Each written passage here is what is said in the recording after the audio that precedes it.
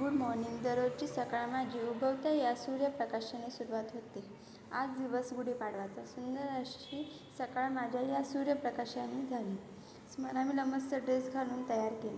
मला गुढीपाडव्याचं सामान आणायला जायचं होतं. आम्ही रेडी होऊन निघालो. बाहेर पडताच ऊन खूप होतं, पण जाणं तर भाग होतं.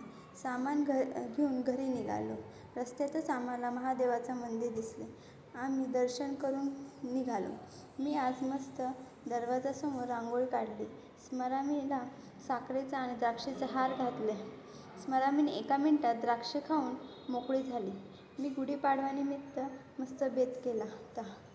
श्रीखंड, पुरी, भाजी, भजे, पापड, भात, वरण असे जेवण बनवून आम्ही जेवणाचा आनंद लुटला. अशा प्रकारे आमचा गुढीपाडव्याचा दिवस खूप मस्त गेला.